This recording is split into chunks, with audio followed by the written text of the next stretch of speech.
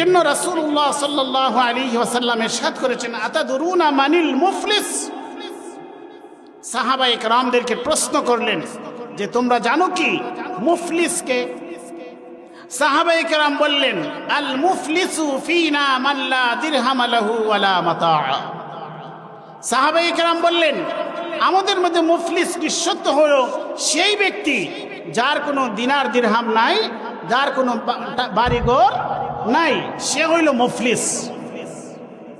রাসূল করিম সাল্লাল্লাহু আলাইহি ওয়াসাল্লাম বলেন, আল মুফলিসু মিন উম্মতি মান ইয়াতি ইয়াউমাল কিয়ামাতি বিসালাতিন ওয়া সিয়ামিন ওয়া যাকাতিন ওয়া ইয়াতি ক্বাদ শাতামা হাযা ওয়া ক্যাযাফা হাযা ওয়া আকালা মালা হাযা ওয়া দারাবা হাযা।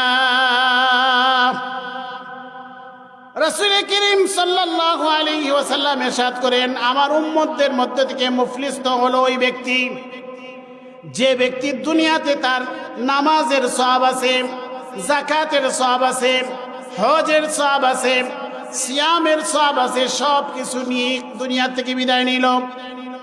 ওয়ায়াতি ক্বাদ শাতামা হাযা ওয়া ক্যাযাফা হাযা ওয়া আকালা মালা হাযা। দুনিয়া থেকে সে নামাজের সওয়াব, হজের সওয়াব, রোজার সওয়াব, যাকাতের সওয়াব সব কিছু নিয়ে গেল, পাশাপাশি অন্যের হকও নিয়ে গেল। অন্যের সাথে অন্যের হক নষ্ট করেছে, ধোঁকাবাজি করেছে। কাউকে সে গালি দিয়েছিল, কারো প্রতি অপবাদ দিয়েছিল, কারো সম্পদ আত্মসাৎ করেছিল, কাউকে প্রহার করেছিল, ওয়া সাফাকা দামা হাযা, অথবা কারো রক্তপাত করেছিল। ফায়ুতা হাযা মিন হাসানাতিহি ওয়া হাযা মিন হাসানাতিহি।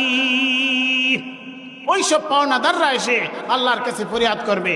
পাওনাদাররা বলবে, ইয়া আল্লাহ, অমুক দিন অমুক জায়গায় অমুক বাজারে এই ব্যক্তি ব্যবসায়ী ছিল, এই ব্যবসায়ীর কাছ থেকে আমি পণ্য কিনেছিলাম, কিন্তু সে আমাকে ঠকিয়েছিল, ওজনে কম দিয়েছিল, অথবা ভেজাল পণ্য দিয়েছিল, আমি এর বিচার চাই।